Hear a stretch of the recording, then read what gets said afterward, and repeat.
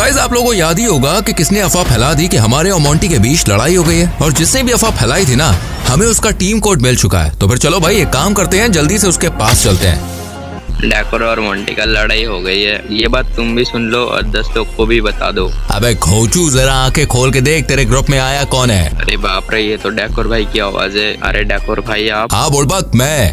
अब तू मुझे बता कि तू आखिर ये अफवाह फैला क्यों रहा है कि मेरी और मोंटी की लड़ाई हो गई है? अरे तुझे मालूम है ना कि मेरा और मोंटी का रिश्ता कितना कीमती है। तो भले ही अफवाह उड़ा देता कि मेरी आईडी हैक हो गई है, तू ये अफवाह उड़ा देता कि डैकोर भाई का चैनल नहीं रहा, मेरे को कोई दिक्कत नहीं होती। लेकिन तेरी हिम्मत कैसे हुई कि तूने ये अफवाह उड़ा दी कि मेरी और मोंटी की लड़ाई हो गई है? अरे हम दोनों तो वो दोस्त हैं जिनमें हजारों बार लड़ाइयाँ हुई हैं, मगर आज तक किसी को भी हमने मालूम नहीं चलने दिया है। पर तू होता कौन है जो हमारे रिश्ते का नाम खराब कर रहा है? डैकोर भाई आपको भी तो पता चलना चाहिए था ना। क्या पता चलना चाहिए मुझे भी? डैकोर भाई आपसे क्या छिपाना, मेरा भी आप ही की तरह एक दोस्त हुआ करता था। हम भी आप और मोंटी जैसे रहा करते थे, हम भी ऐसे रहा करते थे। हमने भी साथ में खूब मस्तियाँ करी थी, मगर हमारी लड़ाई हो गई और इसीलिए फ्री फायर कम्युनिटी में दोस्त है और मैं सभी का दोस्ती तोड़ना चाहता हूँ। हर दिन नए नए यूट्यूबर के दोस्तों का लड़ाई करवाता हूँ। तुम क्या पागल हो गए हो? अरे ये सब करके तुम एक पागल ही लग रहे हो। दोस्ती एक ऐसी चीज है जो तुम अकेले कभी इस दुनिया से नहीं मिटा सकते।